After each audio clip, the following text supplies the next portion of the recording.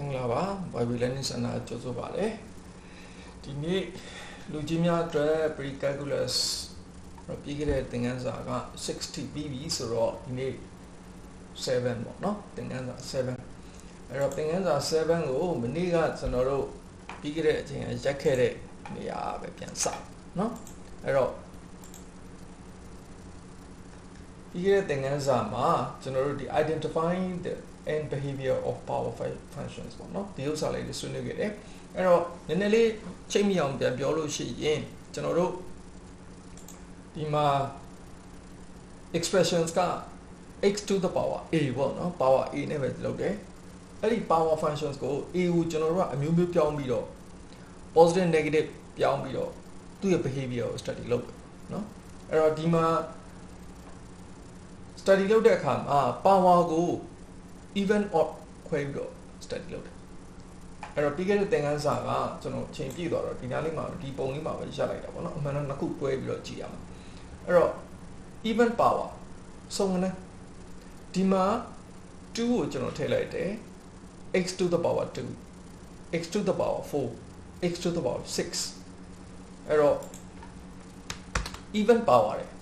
square in no papiamus or wind a mood a corner positive no positive at chama machine. No. The diagram graph ka x square a parabola graph TV da as a power G line papiam. Power G line lotion the graph ka the PV y is score chingalai. Power 4, power 6. Now a corner positive values are here. The solution in odd numbers is papiam. Odd numbers it will go general study lot. Oh, odd numbers. Oh, no, I don't general odd number 3 and is 357 more. You might look at 357. General look like that. General equation x to the power. I did much odd power tail. Odd power tail of papier. The end general about observation low yard level. No, I don't. Dimantili general dima odd power look like for all positive x for all positive y. General variable x ne output ne lakana to sign to no x ka variable x ka positive value solution variable y ka positive value that general first column machine. Now x ye negative value general variable x ka negative valueဖြစ်သွားလို့ရှိရင်သူ့ရဲ့ output ကလည်းဒီမှာ y ကလည်းပဲ negative value ဖြစ်တယ်နော်ဟုတ်ပြီဒါဆိုရင်ဒါ odd graph မှာနော် power က odd မှာ power တိုးလိုက်ပါဖြစ် power တိုးလိုက်သူကလည်းပဲ y axis ကိုကတ်တယ်အဲ့တော့ positive power ပဲဖြစ်ဖြစ် negative power ပဲဖြစ်ဖြစ်power တိုးလာလို့ရှိရင်သူက y axis ကိုကတ်သွားတယ်ဆိုတာကျွန်တော်တို့ဒီမှာ observe လုပ်လို့ရတယ်အဲ့လိုလေ့လာတယ်သင်္ချာ pattern ကိုလေ့လာတယ်ဆိုတာအဲ့တော့ဒီမှာအောက်ကိုရောက်လာပြီဒီမှာ figure 4မှာပြတယ် behavior ကိုလေ့လာတယ်နော် behavior လေ့လာတယ် even power odd power အဲ့တော့ constant k greater than 0ဆိုတာက positive နော် positive value ဆိုလို့ရှိရင်ကျွန်တော် parabola open upwards လေ square မှာလည်းကျွန်တော်သိပြီ x to the power a square x to the power minus a square power အရှိအ constant က less than 0ဆိုလို့ရှိရင် parabola open downwards နော်အောက်ဘက်ကိုဆင်းမယ်ဒါကျွန်တော်သိပြီဒါ odd power ဆိုလို့ရှိရင်ဒီလိုဖြစ်မယ်ဆိုလိုတာက for all positive 8မှာ for all positive 1ရှိမယ် for all negative 8မှာ for all negative 1ရှိမယ်သူ့ကို flip လုပ်လိုက်တယ် negative ဆိုမှဖြစ်မယ်ကြောင်းမှဖြစ်သွားမှာပေါ့နော် negative 8ဆိုလို့ရှိရင် positive 1နေထွက်မယ် positive 8ဆိုလို့ရှိရင် negative 1နေထွက်မယ်ဒါပဲအဲ့ဒီမှာကျွန်တော်တို့အကုန်လုံး shock ဆန်းကြည့်လို့ရပြီအခုဒီမှာ negative ဆိုရင်ဘာဖြစ်မလဲဆိုတော့ဒီမှာအောက်ကိုဆင်းမယ် negative even power နော် negative even power ဆိုတော့အောက်ကိုဆင်းမယ်ဒီမှာ power တိုးလိုက်ရင်ဘာဖြစ်မလဲ power တိုးလိုက်ရင် y axis ကို check ပါမယ်ဒါပြောင်းမြန် odd power မလာပြီးပြောင်းမြန်မယ်ဒီဘက်ကိုရောက်သွားမယ်ဟုတ် power တိုးလိုက်ရင် y axis ကို check မှာတော့တူတယ် negative ဆိုလို့ရှိရင် positive ဖြစ်မယ် positive ဆိုလို့ရှိရင် negative ဖြစ်မယ်ဟောဒါပဲနော်ဟုတ်ပြီသွားမယ်ရှေ့ဆက်ပြီးတော့ အဲ့တော့ဒီမှာ example 2 example 2 f of x to the power 8ဒါလွယ်သွားပါပြီဟလားလွယ်သွားပါပြီကျွန်တော်တို့က graph တွေကိုကျွန်တော်တို့ AC ဆွဲလိုက်ပြီအဲ့မဲ့ဘာလုပ်မှာလဲဆိုတော့အခုကကျွန်တော် practice လုပ်မှာအရှိမဒီသိခဲ့တဲ့ဒီ knowledge အတိုင်းကိုကျွန်တော်တို့က graph မဆွဲခင်သူ့ကိုကြည့်ပြီးတော့ကျွန်တော် predict လုပ်မှာ x to the power 8ဆိုတော့ positive လား negative လားအရှိရမြောက်ဖို့ game ကြည့်လိုက်လို့ရှိရင်ဒါကျွန်တော်တို့ a square plus b အဲ့လိုသွားတဲ့ဥစ္စာတော့เนาะအဲ့တော့သူ့ရဲ့မြောက်ဖို့ game ကိုကြည့်လိုက်လို့ရှိရင် positive ဆိုတော့ parabola open upwards စုံငန်းဆိုတော့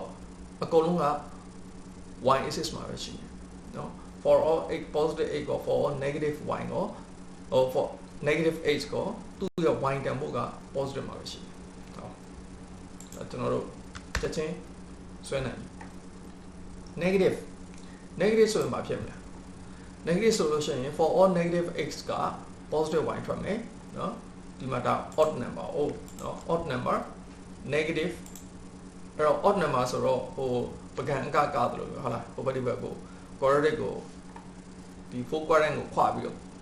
ကနေတာဟုတ်လားဟိုမှာ positive ဆိုလို့ရှိရင်ကျွန်တော်1 3ကတာပေါ့ဟုတ်လား1 3ကတယ် positive က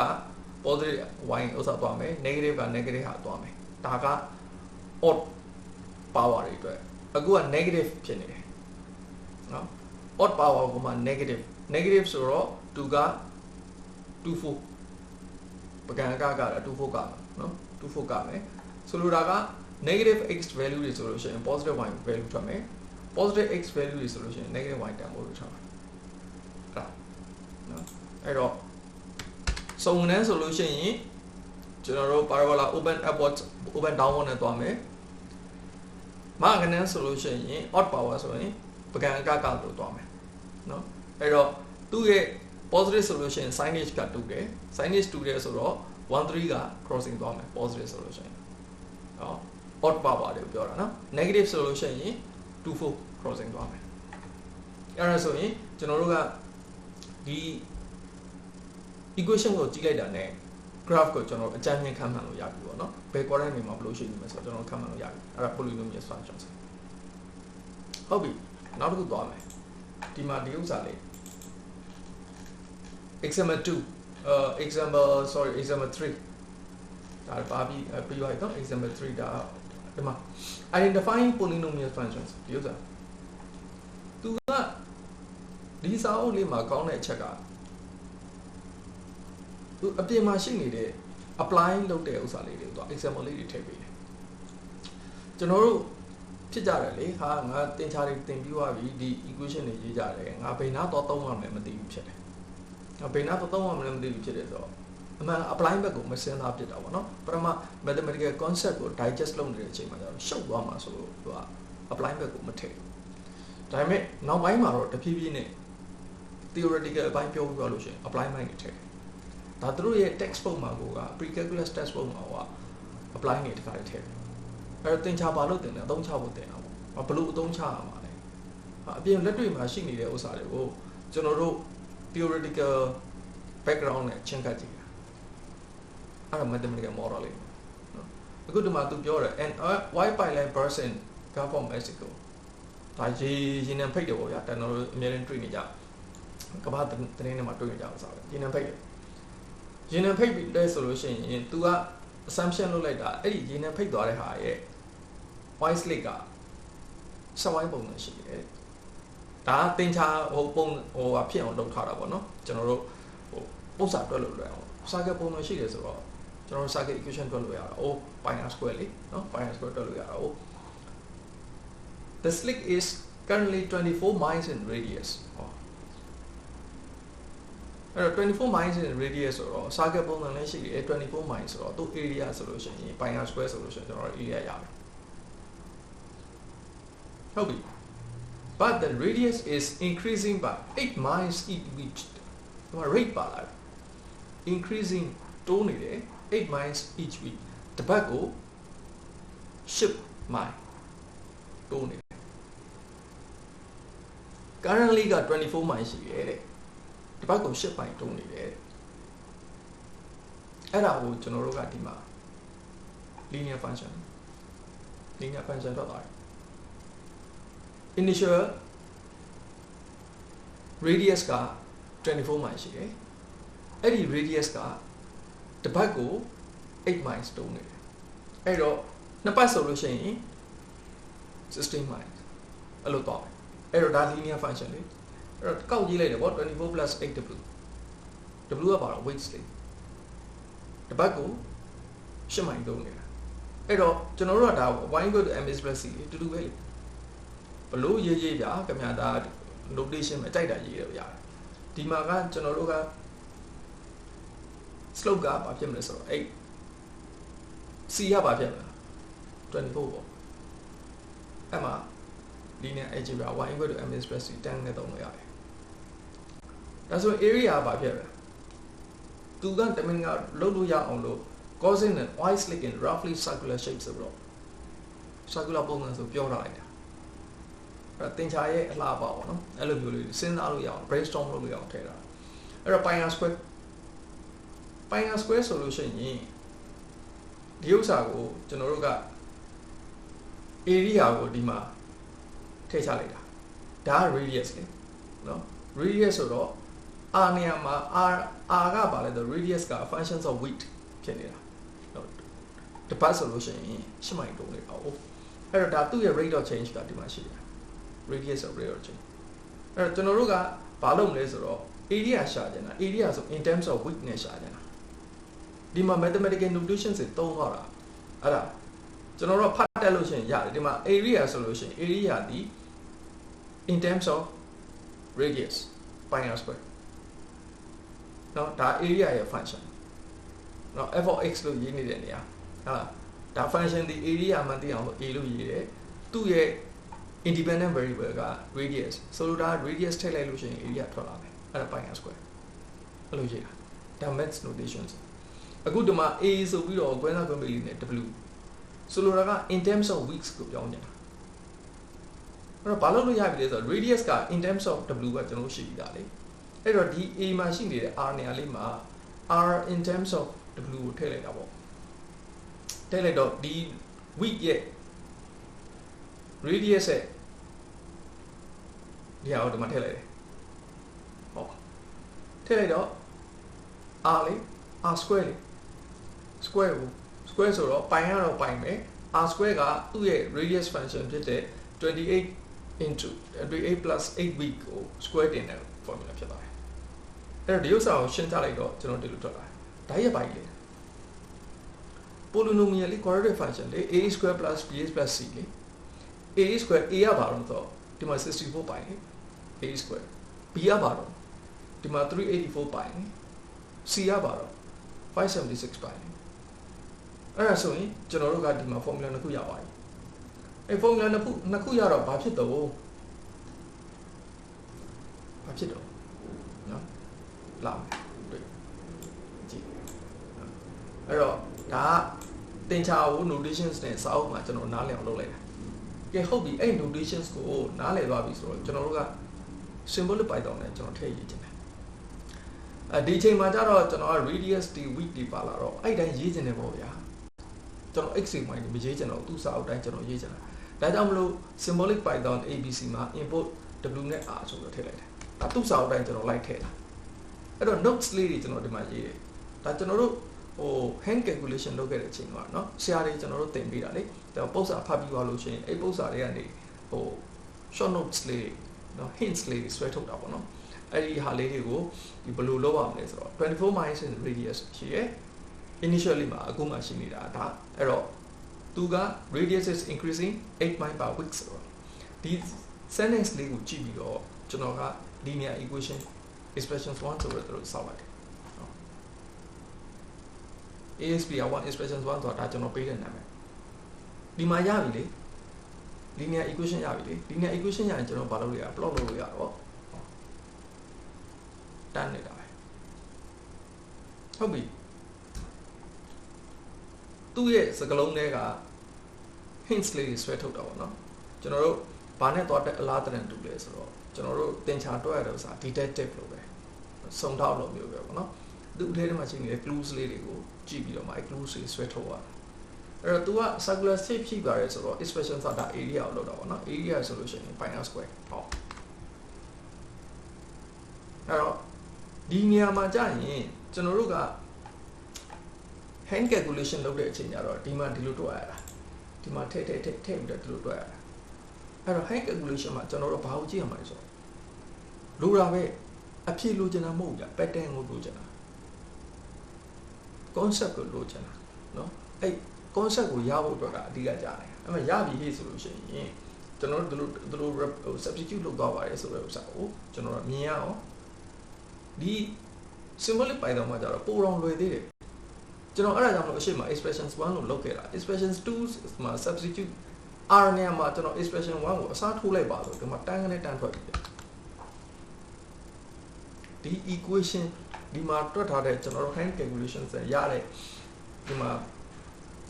24 plus 8w square ကိုဒီမှာတန်းထုတ်ပေးတယ် substitute ဆိုတာ ਨੇ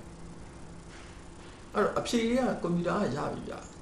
ကွန်ပျူတာမှာကျွန်တော်တို့က symbolic Python ကောင်းကောင်းသုံးတယ်လို့ရှိရင်ကျွန်တော်အဖြေရရတယ်ကျွန်တော်တို့ idea ဘာပဲလို့လို့လဲဆိုတော့ဒီမှာရှိနေတဲ့ mathematical problems ကို mathematical model တွေအဖြစ်ဆွဲထုတ်ပေးနိုင်တယ်ဒီမှာ circular ဆိုတာ ਨੇ ကျွန်တော်တို့ pi r square ဆိုတာသိပြီဗျာအဲဒီမှာ သူကဒီ currently ဒီလောက်မှရှိပါတယ် radius ကဘယ်လောက်တိုးနေလဲဒီလို hints လေးကြည့်လိုက်တာ ਨੇ ကျွန်တော်တို့ကဒီမှာ linear function linear equation ဖြစ်တယ်ဆိုတာကျွန်တော်တို့သိဖို့လိုတယ်အဲ့ဒါသိသွားပြီဆိုလို့ရှိရင်ကျွန်တော်တို့ဒီမှာရပြီဗျကျန်တာ easy ပဲဒီအောက်ကဟာကိုလုပ်ချင်တာလားဒီမှာ explain ဆိုလို့ရှိရင်ဒီမှာတန်းထွက်ပြီအဲ့တော့ဒီမှာ parabola လေးအဲ့တော့ square positive ဆိုတော့ open upwards ဖြစ်မယ်နော်အဲ့တော့ဒီမှာထွက်လိုက်ဒီမှာရတယ်အဲ့လိုလားနော်အဲ့တော့ very easy ရအဲ့ဒါအဲ့တော့ကျွန်တော်တို့ကဘာကိုကြည့်ရမှာလဲဆိုတော့ဒီမှာရှိနေတဲ့ဒီဟောပေါ့နော် mathematical concept ကိုကျွန်တော်တို့ဒီဘက်ကို modeling ဘယ်လိုပြန်ဆွဲထုတ်ရမှာလဲဆိုတဲ့ဘက်အဲ့ဒီဘက်ကိုကျွန်တော်တို့က focus လုပ်အောင်အဲ့ဒီဟာတွေပဲကျွန်တော်တို့အခဲရဒီ calculation တွေအကုန်လုံးကကျွန်တော်တို့တစ်ချိန်ကဟိုခဲစိတ်တွဲရတဲ့ဟာတွေအကုန်လုံးကဒီဘက်ကိုကျွန်တော်တို့ရောက်လာတယ်အဲ့တော့ polynomial function တွေကျွန်တော်တို့သင်တယ်y equal to mx plus c တော့ကျွန်တော်သင်လိုက်တာပဲဘာဖြစ်လို့လဲဆိုတော့ဒီလိုပဲသင်ရတာလေနော် mathematical notation က x နဲ့ y နဲ့ပဲဒီလိုပဲသွားတာ dependent variable independent variable တို့သွားတာတကယ် real world မှာကျတော့ဘယ်ဟာက dependent variable လဲဘယ်ဟာက independent variable လဲကျွန်တော်တို့ကဒီမှာဆုံးဖြတ်ရတာအဲ့ဒီ concept ကိုရတယ်ကျွန်တော်တို့ကဟို x y တွေဆိုတာ mathematical notation တွေနဲ့ပြောတာအဲ့ဒီဟာတွေကိုကျွန်တော်တို့ဒီမှာဘယ်လိုထည့်မှာလဲဘယ်လို variable တွေထည့်မှာလဲအဲ့ဒါ modeling နဲ့ linear model ပဲ straight line နေနဲ့ကျွန်တော်တို့ဒီမှာ modeling လုပ်ချင်ပါတယ်ဟိုသူ့ရဲ့စလာခြင်းမှာလက်ရှိဒီကျွန်တော်တို့ measure လုပ်လိုက်တဲ့ at t0 မှာဒီအချိန်မှာ24 မှရှိနေပြီအဲ့ကျွန်တော် initial value ပဲအဲ့ဒီမှာ rate ရှိတယ်လေ slope လေနော် slope က m equal to နဲ့ slope နဲ့ထောင်တက်နေတာလေဒီမှာကြည့်ရင် positive slope လေ positive slope ဆိုတော့ဘာဖြစ်လဲထောင်တက်မှာပေါ့ဆိုလိုတာက width ကတိုးလေ radius ကကြီးလေဖြစ်တယ် linear function ဖြစ်တယ်ဟောသူ့ initial value က24အဲ့တော့ဒီဥစ္စာကိုကျွန်တော်တို့က linear function မှ model လောက်အောင်မှသိဖို့ပဲလို့ကျွန်တော်တို့ဒီမှာရလာတဲ့ information တွေအဲ့ဒီဟာကကျွန်တော်တို့ practice လုပ်လို့ရတယ်မခက်ဘူးနော်မခက်ဘူး practice လုပ်လို့ရတယ်ကျွန်တော်တို့ဘာဖြစ်လဲဆိုတော့ practice မလုပ်ဖြစ်တာခက်လို့မဟုတ်ဘူးအခုကြတော့ machine learning မှာကျွန်တော်တို့တွေ့တယ်နော် mathematical modeling ဆိုတော့ရှိတယ်ခေါင်းစဉ်အကြီးတယ်အဲ့ခေါင်းစဉ်အကြီးဖြစ်တဲ့အချိန်ကျတော့မှကျွန်တော်တို့ကဟာဘာကြီးလဲမသိဘူးmath တော့မရတဲ့ဥစ္စာ mathematical နဲ့ဒီဟာကိုလည်းဟို machine learning နဲ့ကျွန်တော် model လုပ်အောင်ဘယ်လိုလုပ်အောင်မသိဘူးဆိုတော့ဖြစ်တာမှန်ကျွန်တော်တို့သိနေခဲ့တဲ့သင်ခဲ့တဲ့ y equal to mx plus c straight line ကိုပဲဒီလိုနမူနာလေးတွေထားပါတယ်ဒီလိုနမူနာလေးတွေလုပ်ပေးပါတယ်ဆိုလိုတာအဲ့နမူနာလေးတွေများစဉ်းစားအဲ့လိုနမူနာပေးထားတဲ့စာအုပ်ကိုများဖတ်အဲ့တော့မှကျွန်တော်တို့ကဒီဟာလေးဆိုရင်ဒီလိုစဉ်းစားရပါလားဒီဟာလေးဆိုရင်ဒီလိုစဉ်းစားရပါလားကျွန်တော်သိတယ်ဒါကြောင့်မလို့ဒီ OpenStax ကစာအုပ်တွေကိုကျွန်တော် reference လုပ်တာသူကဟို curriculum အသစ်ပုံစံမျိုးဖြစ်နေတာကျွန်တော်တို့အရင်သဘောကျတယ်ဘာဖြစ်လို့လဲဆိုတော့အဲ့လိုအရှိမသူက theory ပိုင်းကိုပြောပြီးသွားရင်အနောက်မှာတော့ practical လေးတွေအဲ့လိုလိုက်ချိတ်နေတယ် အဲ့လိုချိန်ပေးလိုက်ရင်စဉ်းစားရတာအော်ဒီလိုစဉ်းစားပဲလို့ရပါလားအော်ဒီလိုစဉ်းစားလို့ရပါလားသိတယ်ဒါတင်ချာသိနေတာနော်ဒါတင်ချာစာအုပ်ကြီးကျွန်တော်တင်တမင်ကတင်ချာစာအုပ်ကိုဖွင့်ပြီးတော့ coding ကအနောက်လိုက်ရေးနေတာဆိုတော့ coding skill set ကမခက်ဘူးတင်ချာနဲ့ရေးရတယ် symbolic Python ကဒီ skill set က develop လုပ်လိုက်လို့ရှိရင်တွေ့တယ်ဒါပေမဲ့တင်ချာနဲ့စဉ်းစားရတဲ့ skill set ကြတော့ကျွန်တော်တို့ကတော်တော်လေးကို practice ကြည့်ရတယ်ကျွန်တော်ဘာနဲ့သွားတူလဲဆိုတော့chess ကစားလို့ပဲကြားကစားလို့ပဲနော်အကွက်တွေကတင်ပေးရတာတွေ့တယ်ဒီအကောင်ကဒီလိုရှိတယ်ဒီအကောင်ကဒီလိုရှိတယ်ဒါပေမဲ့တကယ်ထိုးတဲ့အချိန်ခါမှာတကယ် chess ထိုးတဲ့အချိန်တကယ်ကြားထိုးတဲ့အချိန်ကြလို့ရှိရင်အကွက်မြင်တဲ့ဖို့လိုတယ်အဲ့ဒါတင်ချာအဲ့ဒါအဲ့လိုမျိုးစိတ်လေးနဲ့စိတ်ထဲမှာရှိလိုက်ပြီဆိုလို့ရှိရင်တင်ချာတွဲရတာပြောစရာကောင်းလာပြီဗျပြောစရာကောင်းလာပြီနော်တွားမယ်နောက်တစ်ခုအဲ့တော့ဒါ expression ပေါ့ဒါလေးကျွန်တော်ကဒီမှာရေးသားရှိတယ်ဗျရေးသားရှိတော့ကျွန်တော်ဒီဥစ္စာကိုကျွန်တော် copy and paste လုပ်လိုက်ရမှာရတယ်အဲ့တော့ကျွန်တော်ဒီဥစ္စာပေါ့ဒါလေးယူမယ် example ကဘယ်လောက်တုံးဆိုတော့ဒါဒီမှာ example ဘယ်လောက်တုံး example 4ဟုတ်ပြီ example 4 example 4 page ကဘယ်လောက်တုံးဆိုတော့ page ကဒီမှာ288 298 of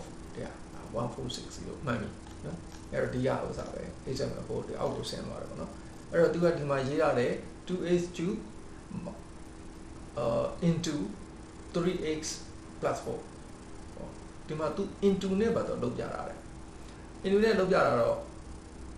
သူ့အတိုင်းကျွန်တော်ရေးလိုက်တာပေါ့ဒီမှာရေးလိုက်တာပဲဒါပေမဲ့ဒီ symbolic Python မှာကျတော့ तू ကအဖြေကိုတစ်ခါတည်းရှင်းပေးပါတယ်ဘယ်လိုရှင်းပေးပါတယ်အဲ့တော့ဒါထွက်လာပြီဆိုတော့ ਨੇ ကျွန်တော်တို့ကဘာလုပ်လို့ရလဲဒီမှာ x to the power 4ပဲ x to the power 4ဆိုရင်ကျွန်တော်တို့ဘာသိပြီလဲစောစောတော့ကျွန်တော်တို့ပြောခဲ့ပြီလေ even နဲ့ odd တယ်လေ even နဲ့ odd တယ်ဆိုလို့ရှိရင်ဒါက even မှာသူ့အရှိအမြောက်ပေါ်ကိန်းက6က positive ဆိုတော့ parabola open upward spin very easy နော်ကျွန်တော်တို့ကဒီဥစ္စာကိုဒီမှာတော့ plot ဆိုလို့ရှိရင်ချက်ချင်းကိုမြင်နေရတယ်အဲ့တော့သူ့စာအုပ်မှာတော့ဒီ plot တွေပဲမဆွဲပြတာဘူးပေါ့ဒါပေမဲ့ကျွန်တော်တို့ကသူ့စာအုပ်ကိုမှီးပြီးတော့ကျွန်တော်တို့ practice လုပ်တာဖြစ်တဲ့အတွက်ကြောင့်မလို့ကျွန်တော်တို့ဒီသိကျင်တဲ့ဟာတွေအကုန်လုံးကိုကျွန်တော်ဒီမှာလုပ်သွားမယ်နော်ဟုတ်ပြီ now g of x က -x into ဒီလိုသွားတယ်အဲ့ function 3ခုပြအဲ့တော့ function 3ခုကိုကျွန်တော်တန်းစီပြီးရေးသွားတယ်ပေါ့နော်သူ့မှာမြောက်ပြထားတာရှိတယ်ဒါပေမဲ့ဒီအထွက်မှာကြားလို့ရှင်ဒါ simplify form တွေထွက်လာတယ်အဲ့တော့သူ့ကိုကျွန်တော်ကဒီတိုင်းထွက်လာတဲ့ဟာကိုကျွန်တော်က simplify လုပ်ချင်ပါတယ်ဆိုလို့ရှိရင်ဒီမှာလွယ်တယ်ဗျဒီမှာ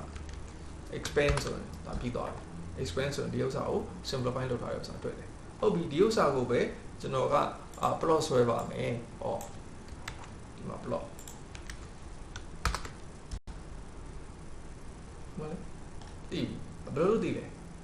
x to the power 3ဆိုလို့ရှိရင် even လား odd လားဆိုတော့ odd function မှာသူ့ရဲ့မြောက်ပေါ်ကိန်းက minus ဆိုတော့ပကံကတဲ့ဥစ္စာကိုဒီဘက် negative ဘက်ကနေသွားမယ်အဲ့တော့ဒီမှာ2နဲ့4နဲ့သွားမယ်ဆိုလိုတာက negative x တွေဆိုလို့ရှိရင် positive y ထွက်မယ် positive x တွေဆိုလို့ရှိရင် negative y ထွက်မယ်ဒီလိုပုံစံအဲ့တော့အရှိမကျွန်တော်သင်ခဲ့တဲ့ဥစ္စာနဲ့လည်းဒီမှာတစ်ခါလေးကွက်တိကြိုက်တယ်နော်ဟုတ်ပြီနောက်တစ်ခုနောက် x ကဒီမှာ h of x နော် h of x က5 into square root plus 2နော်5 into square root plus 2 that is expression 3 square root function so power ပေါ့ power half နော် power half တော့တယ်အဲ့တော့ဒီမှာသွားမယ်သူရဲ့ graph ကဒီမှာဒီလိုဟောသူ3ခုပေးလိုက်တာနဲ့ကျွန်တော်တို့က graph တွေအကုန်ဆွဲပြီးတော့ study လုပ်လို့ရပါတယ် graph တွေအကုန်ဆွဲပြီးတော့ study လုပ်လို့ရတယ်အဲ့ဒါကျွန်တော်တို့ဒီ symbolic Python နဲ့သုံးရတာအချင်းရဲ့ အားသာတဲ့အချက်ကျွန်တော်ငယ်ငယ်တုန်းကဆိုလို့ရှိရင်ဒါမျိုး graph ကိုဆွဲထုတ်ဖို့မလွယ်ဘူးလေနော်အခုဒီမှာကဒီကွန်ပျူတာရဲ့အကူအညီနဲ့ကျွန်တော်တို့ကဒီမှာသင်္ချာကိုကျွန်တော်ကောင်းကောင်းလေ့လာလို့ရတယ်နော်ကောင်းကောင်းလေ့လာလို့ရတယ်အဲ့တော့ကိုယ်စိတ်ထဲမှာ experiment ဘာလုပ်ချင်လဲသင်္ချာနဲ့ပတ်သက်လို့ experiment လုပ်ချင်တဲ့ဥစ္စာတွေအကုန်လုပ်လို့ရတယ်နော်အကုန်လုပ်ချပါလို့ရတယ်အဲ့ဒါသူ့ရဲ့အားသာချက်ပဲကွန်ပျူတာနဲ့လုပ်ရတဲ့ဘာရဲ့အားသာချက်ပဲနော်ကဲအဲ့တော့ example 5သွားမယ် example 5မှာ page ကဘယ်လောက်တော့ဒီကို copy လုပ်လိုက်မယ်ကျွန်တော်ဘာလို့အဲ့ဒါကြီးလုပ်ပြတာလဲဆိုတော့ဟိုကျွန်တော်ဒီဘက်မှာ copy and paste လုပ်ထားပြီးသားရှိတယ်ကျွန်တော် copy and paste လုပ်မယ်ဒီဟာကိုပြန်ပြီးတော့ဟိုရိုက်စရာမလိုဒါပေမဲ့ဒီ follow လုပ်တဲ့ဟာလေးကိုဒီ page number ကိုကျွန်တော်နည်းနည်းလေး highlight ပြတယ်လို့နော်ဒီမှာ280ဒါအဲ့တော့မှနောက်ကျွန်တော်ရဲ့ဟာကိုကြည့်တဲ့အချိန်ညလို့ရှိရင်စာအုပ်နဲ့ဒီလို like ကြည့်နိုင်ပါမယ် all in ဒီလိုပါလားဆိုဘာလို့ကျွန်တော်တို့ကသင်္ချာတွက်နေတာကိုသင်္ချာစာအုပ်ကို follow လုပ်နိုင်ဖို့အရေးကြီးတယ်နော်အဲ့တော့သင်္ချာ notation တွေကိုပဲကျွန်တော်တို့ကဟိုနားလည်အောင်ကြည့်ရမှာနားလည်အောင်ကြည့်ရမှာအဲ့တော့အဲ့ဒီဟာတွေကိုပဲကျွန်တော်တို့ကကွန်ပျူတာအကူအညီသုံးပြီးတော့ mathematical notation တွေကိုနားလည်အောင်လုပ်အဲ့တော့နားလည်သွားပြီဆိုလို့ရှိရင်နောက်ကျွန်တော်တို့ဖတ်တဲ့ဥစ္စာကမတူတော့ဘူးဗျ equation ကိုဖတ်လိုက်တာကျွန်တော်သိတယ်အခုဒီမှာဆိုရင်ကြည့် x က odd power ဆိုတော့ပကံအကလို့ကမှာနော်အဲ့တော့အရှိမသူ့ရဲ့အမြောက်ပေါ်ကိန်းက negative ဆိုလို့ရှိရင် x က negative ဆိုလို့ရှိရင် y က positive ဖြစ်မယ်အဲ့တော့24လေးကို crossing ဆွဲတော့မယ်ဟောနော်ဒါသူ့မှာမပေါ့နော်သူ့မှာပုံဆွဲပြတော့ကျွန်တော်တို့ကတခါတည်းဒီ formula ကိုကြည့်လိုက်ပြီဆိုတော့ ਨੇ အရှိရဟာကိုကျွန်တော်တို့တန်းကနေသွားပြီးတော့အရှိမလောက်ထားတဲ့ဟာကိုတခါတည်း practice လုပ်သွားတာအဲ့တော့တစ်ချိန်ကျင့်တယ်ဗျာနှစ်ချိန်ကျင့်တယ်သုံးချိန်ကျင့်တယ်မှတ်မိပြီပေါ့ဗျာဒါအဲ့တော့ဒီ mathematical equation တွေကိုကျွန်တော်တို့ကြည့်လိုက်တာ ਨੇ ဘာပုံထွက်မယ်ဘယ်လိုဖြစ်မယ်ကျွန်တော်မှန်းလို့ရတယ်ဒီမှာ x to the power 5 x to the power 5ဆိုလို့ချင်း even လား odd လားဆိုတော့ odd သူ့အရှိရမြောက်ပေါ်ကင်းကိုကြည့်လိုက်တယ်မြောက်ပေါ်ကင်း positive negative လားဆိုတော့ positive ဆိုလို့ချင်းဟိုပကံအကက for all positive x for all positive y ပဲထွက်မယ်အဲ့တော့ crossing ရိုက်မယ်1နဲ့3နဲ့ဖြစ်မယ်ဟောနော်1နဲ့3နဲ့ကို crossing ရိုက်ပါမယ်အဲ့တော့ဒီမှာအဲ့နောက်တစ်ခုသူက equation လေး3ကြောင်းပဲဆွဲပြီးလိုက်တာเนาะကျွန်တော်တို့က AACC ကြည့်ပြီးတော့မှလုပ်တယ်အဲ့တော့ဒီမှာဒီဟာပါလေ x to the power 3သူဒီလေ odd function မြောက်ပေါ်ကိန်းက negative ဆိုတော့ပကံကမှာ for all negative x က for all positive y ထွက်မယ်အဲ့တော့2နဲ့4နဲ့ crossing လေးဆွဲနေမယ်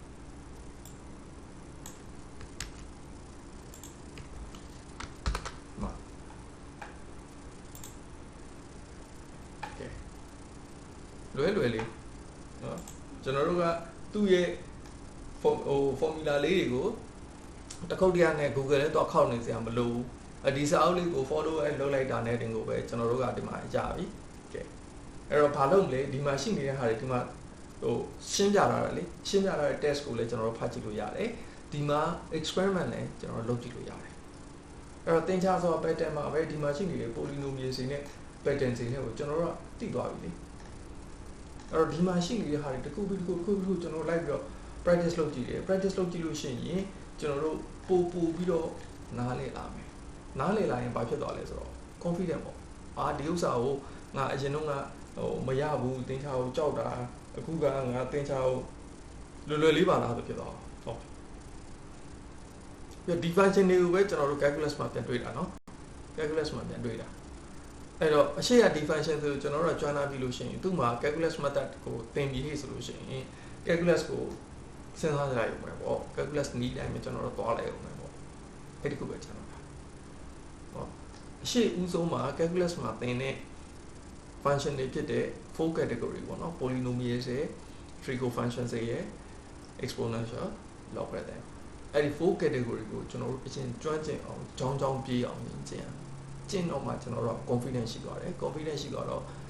calculus တဲ့ဝင်တော့လို့ရှိရင် အေးစစ်စစ်ပဲငါသိခဲ့ပြီးသားဒီ function တွေကိုပဲ calculate နည်းနဲ့ပြန်ဆင်းလာတာဆိုဖြစ်ပါတယ်ဟုတ်ပြီနော်ကဲအဲ့တော့ live ဝဲလည်းပြည့်ပြီဆိုတော့စုံတစ်ထိကြည့်ပြီးတဲ့အတွက်ကျေးဇူးတင်ပါတယ် see you in the next video ပါ